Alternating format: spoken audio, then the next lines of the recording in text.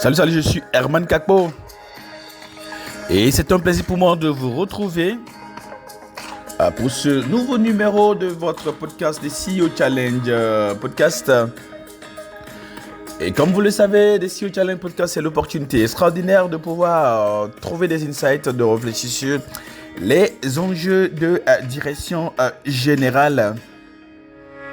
Nous nous retrouvons chaque matin pour de nouveaux numéros. Et si c'est la première fois que vous découvrez le podcast, eh bien, vous avez la possibilité de vous abonner à notre newsletter en allant sur le site hcpodcast.net ou c'est sur le site et pouvoir faire partie des gens qui, eh bien, vont recevoir chaque matin un nouveau numéro du podcast des CEO Challenge Podcast. Parlant de relever les défis, porter les enjeux, on va dire, de direction générale, je voulais dire merci à tous ceux qui brillamment ont participé à la session de Dakar du NESIOD. S'est passé le 26 octobre dernier au Radisson Blu de Dakar le samedi. Et nous avons eu l'opportunité extraordinaire de bénéficier du partage d'expérience de beaucoup de dirigeants et beaucoup ont eu l'opportunité de changer leur mindset, leur conception de la même façon de prendre une organisation du 21e siècle et de pouvoir la transformer, de pouvoir la piloter, de la mettre sur la rail de la performance, de la pérennité, de la rentabilité, de la croissance durable. Et si vous n'êtes pas encore inscrit à de NESIOD, vous avez la possibilité extraordinaire de le faire. En allant sur le site de nesiod.com, nous avons les prochaines sessions qui arrivent. La session de Conakry, c'est le 1er novembre. La session de Bamako, c'est le 2 novembre. La session de Lomé, ce sera le 8. La session de Cotonou, ce sera le 9 au Sofitel Marina Hotel de Cotonou. Et le 12 novembre, nous serons bien évidemment à Abidjan, au Sofitel Abidjan, au Terre d'Ivoire, pour la session d'Abidjan. Voilà, donc voilà, c'est l'opportunité, comme je l'ai dit, de pouvoir devenir un dirigeant visionnaire. Et nous allons voir aujourd'hui dans notre podcast, nous allons commencer par déjà parler de ça. Comment on fait pour pouvoir imprimer sa marque là où on est? Est-ce que vous avez vraiment le pouvoir ou pas de pouvoir transformer les choses là où vous êtes?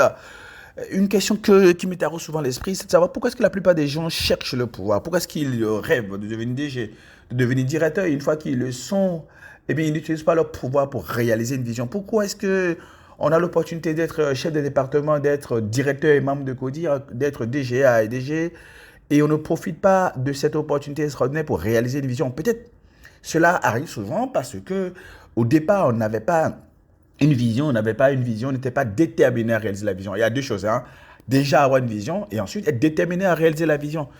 Comme le disait le président Jean Kakou-Diagou dans sa préface du livre Le leadership visionnaire rendu simple, il disait que la plupart des gens, quand ils ont une vision, ils pensent que ils vont déjà convaincre et emballer leur conseil d'administration aussi facilement que ça. Et en plus, ils se disent que tout va être facile et qu'il n'y aura pas de difficultés, il n'y aura pas de contraintes.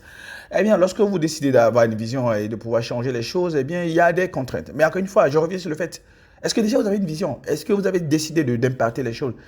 Oui, bon, il est évident, il est possible que vous soyez dans des postures où il n'est pas évident d'oser rêver. Il n'est pas évident de vouloir réaliser une vision.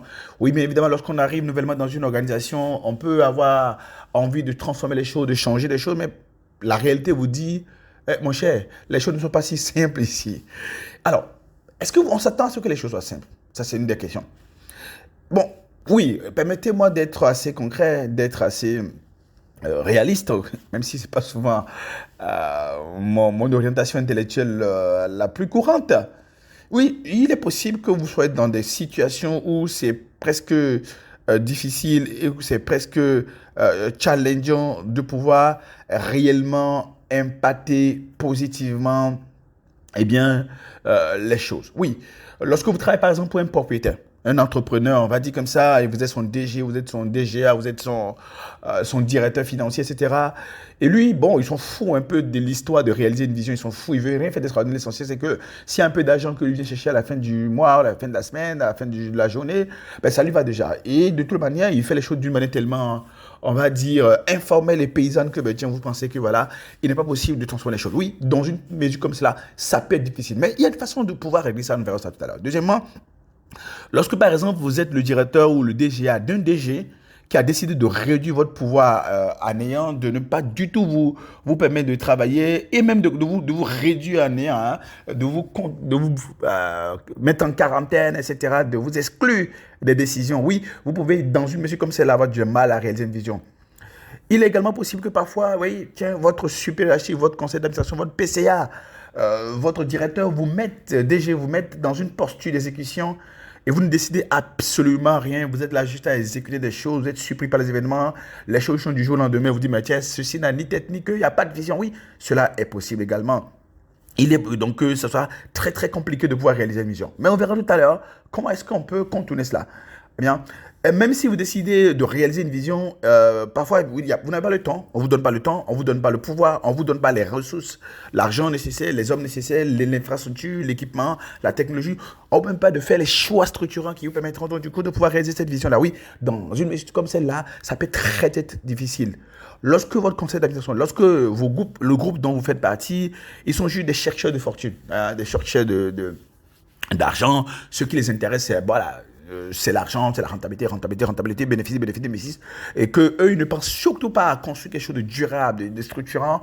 Eh bien oui, il peut être possible que dans une mesure comme celle-là, eh bien, ce soit très très difficile de pouvoir imprimer votre marque, de pouvoir réaliser ce qu'on va appeler une sorte de vision. Mais bon, dans la pratique, on a toujours la possibilité extraordinaire d'apporter sa touche exceptionnelle. Regardez l'histoire des esclaves qui ont eu l'opportunité d'avoir un tout petit peu la confiance de leur maître. Eh bien, ils ont réussi à utiliser leur pouvoir pour certains, en continuant à mater peut-être leur congénère, mais en commençant par apprendre des choses et les former, les faire rêver, clandestinement jusqu'à ce que tiens, la libération des esclaves en Amérique, par exemple, a pu avoir lieu. Donc, oui, on a la possibilité de démarrer la transformation, même si ce n'est pas entièrement facile, ce n'est pas entièrement donné d'avance. On a la possibilité de commencer par impacter positivement les choses là où on est, à condition qu'on rêve de changer les choses. Donc, tout commence par la capacité à changer les choses. Et quelle que soit la posture dans laquelle vous êtes, il y a un moyen de pouvoir devenir un visionnaire. Si ceux qui détiennent le pouvoir ne veulent rien réaliser d'extraordinaire, vous aurez besoin d'être le serviteur exceptionnel, le serviteur brillant, celui qui les sort tellement de la merde, celui qui les sort tellement des situations difficiles que vous commencez par devenir celui sur qui peut vous reposer. Et donc, du coup, à partir de cet instant, ils seront obligés de vous laisser faire les choses, de vous laisser conduire les choses. Pour devenir maître, il faut commencer par obéir. La plupart des gens ne savent pas que lorsque vous avez une vision, vous devez la cacher dans un premier temps. Lorsque le contexte ne permet pas, ne favorise pas, vous crachez votre vision dans un premier temps. Et vous vous soumettez, vous alignez, vous devenez un serviteur tellement brillant, tellement impactant, tellement exceptionnel. Vous sauvez les gens tellement, vous produisez des choses tellement que débat. Okay. C'est mieux de lui donner les choses. Un peu comme Joseph qui arrivait en Égypte, eh bien, était d'abord un esclave au début, mais il a tellement inspiré le roi à sauver son peuple, à trouver des moyens, je m'inspire ici de la Bible, à trouver un moyen donc, du coup, de pouvoir nourrir son peuple, d'éviter la famine, que finalement, le roi s'est dit, pourquoi ne pas lui confier le royaume? Où est-ce que je Allez, si le DG ou le PCA a décidé de réduire votre pouvoir à néant, il faut lean in. Lean in, c'est quoi? Eh bien, c'est montrer que vous n'êtes pas une menace pour lui. Ça fait un. Deuxièmement, montrer que vous êtes là pour le servir. Ensuite, le servir avec tellement de dévouement où vous allez crédibiliser votre présence, vous allez crédibiliser votre apport, vous allez crédibiliser votre pouvoir, vous allez crédibiliser le caractère déterminant de votre contribution. Si bien qu'on sera obligé de vous donner le rêve. Eh bien, ils vont vous amener près d'eux et vous confier encore plus de fois.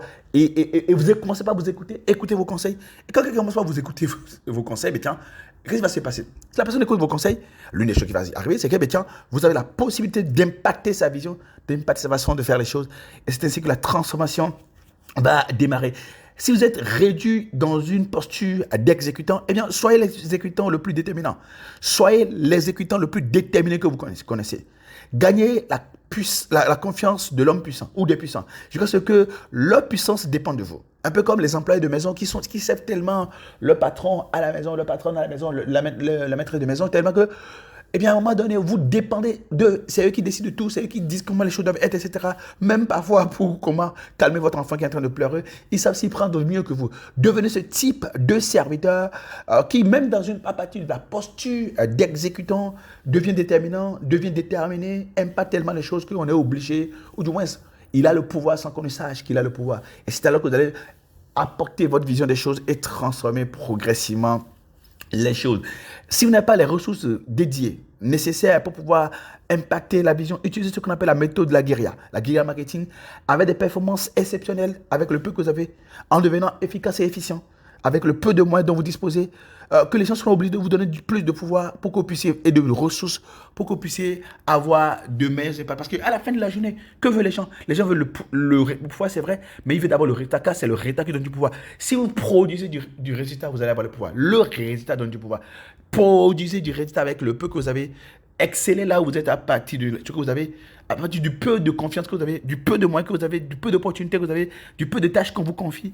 Excellez, brillez tellement avec que les gens soient tentés, soient obligés en conscience de dire, ok, finalement, il fait tellement la chose, et si on lui donnait plus de pouvoir pour qu'il fasse mieux les choses. Si les gens au sein de votre groupe ou de votre conseil ne cherchent que, eh bien, l'argent, le profit, ne vous en faites pas. Dans un premier temps, une chose à faire, c'est de produire du résultat suivant leurs critères, de délivrer la performance suivant leurs critères.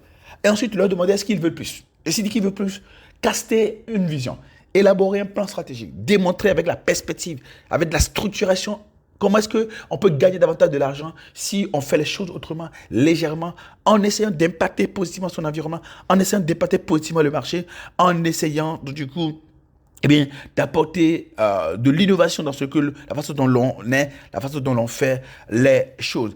Je comprends qu'il soit possible que vous continuez de penser que vous n'ayez pas le pouvoir, la main, ni le pouvoir de réaliser votre vision des choses. Une question.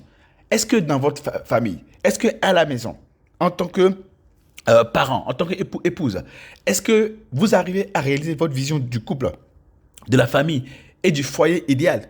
Et si c'est pas le cas, eh bien, il est possible que c'est votre capacité à avoir une vision et à la mettre en œuvre qui est le défi. Et je suis en mesure de vous dire oui, la plupart des gens, eh bien, ne savent pas, ne se concentrent pas, ne cherchent pas à se former pour savoir comment est-ce qu'on caste une vision pour la mettre en œuvre. N'est-ce pas? Parce que si vous pensez que vous pouvez impacter les choses au bureau et que vous n'arrivez pas à impacter les choses à la maison, ben vous voyez que, tiens, on a ici un défi de compétences. Donc, commencez par vous dire, ok, le peu de pouvoir que j'ai actuellement, puisque vous avez le pouvoir à la maison, le peu de pouvoir que vous avez actuellement, comment est-ce que vous allez l'utiliser pour pouvoir impacter les choses? Commencez par caster la vision. Demandez-vous, qu'est-ce que je veux faire de l'organisation, comment confier, du département, comment confier, de l'unité, comment confier? Comment est-ce que j'aimerais qu'on se souvienne de moi à la tête, ayant été à la tête de cette entreprise, de cette organisation, de ce département, de cette direction? Et comment est-ce que je dois utiliser mes journées pour concrétiser, donc du coup, ma vision des choses? Vous voyez, n'importe qui peut devenir un visionnaire. J'ai écrit un livre extraordinaire là-dessus qui s'appelle Le leadership visionnaire, rendu simple, qui a été préfacé par le président Jean-Kakou Diagou, fondateur et président du groupe NCA, Banque et Assurance. Vous avez la possibilité de trouver ce livre eh bien, sur le site de nesiod.com ou de nesiopac.com. Ou en participant de NCOD, dont les pays où vous avez la possibilité d'avoir ce livre avec 4 autres livres dédiés à l'optimisation de l'excellence dirigeante au quotidien. Une fois que vous avez casté la vision, il faut élever l'équipe pour élever la vision. Si vous écrasez vos hommes, si vous découragez vos hommes, si les gens n'ont plus aucune envie de venir se battre à vos côtés, de venir se donner à vos côtés pour pouvoir eh bien, impacter le monde avec vous, vous n'allez pas vous en sortir. On dit qu'il y a de richesses que d'hommes. Donc, quels sont les hommes et les parties prenantes et les acteurs et les partenaires qui pourraient vous aider à réaliser votre vision et que vous devez élever pour y arriver? Ensuite, il est important de créer ce que je vais appeler ici une dynamique de collaboration fructueuse. La dynamique de collaboration fructueuse suppose qu'on a l'harmonie structurelle et relationnelle, où les gens sont heureux de travailler sur quelque chose d'extraordinaire, mais avec de la cohérence nécessaire pour pouvoir réaliser la vision. Et puis, naturellement, se concentrer pour délivrer l'excellence. Orientez l'engagement quotidien vers la réalisation de la vision, de votre meilleure façon de faire les choses, de votre meilleure façon de délivrer, de votre meilleure façon d'être à la hauteur des enjeux. À partir de cet instant, quand vous avez cassé la vision, quand vous avez élevé l'équipe pour pouvoir élever la vision, lorsque vous créez une dynamique de collaboration fructueuse et que vous utilisez cela pour pouvoir délivrer l'excellence, vous allez commencer par impacter positivement les choses. On a vu comment il faut sauter les verrous, comment il faut sortir de l'ornière et ne plus laisser les contraintes vous empêcher de rêver grand.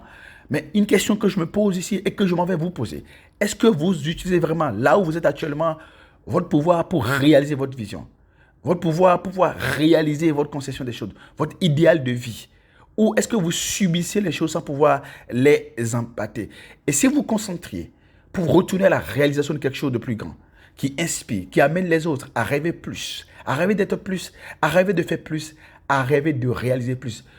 Un visionnaire a la possibilité, la capacité extraordinaire de réellement impacter les choses, à condition d'arrêter de se plaindre, à condition d'utiliser son pouvoir pour construire, à condition d'utiliser son pouvoir pour performer, pour contribuer.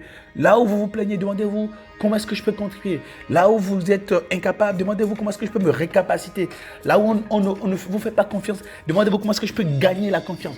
Et si vous gagnez la confiance, vous aurez la possibilité, ne serait-ce qu'une petite parcelle de pouvoir pour montrer ce dont vous êtes capable. Et quand cela va shine, quand cela va briller, eh bien les gens croiront en vous et vous donneront plus de pouvoir. Car celui qui ne peut pas tenir un œuf, pourquoi lui donnerait-on un bœuf? Et là, c'est avec cette sagesse que je vous laisse aujourd'hui. Et on va se retrouver demain pour un nouveau numéro de votre podcast, le CEO Challenge Podcast. Allez, prenez soin de vous. Et si vous n'êtes pas encore inscrit à DNSCOD, allez sur le site www.dnscod.com pour pouvoir vous inscrire. On sera dans votre ville. C'est l'opportunité extraordinaire de changer votre vision des choses, d'impacter les choses et de piloter ou de vous capaciter à piloter une organisation excellente et performante du 21e siècle. Excellente journée à vous et à demain. Bye bye.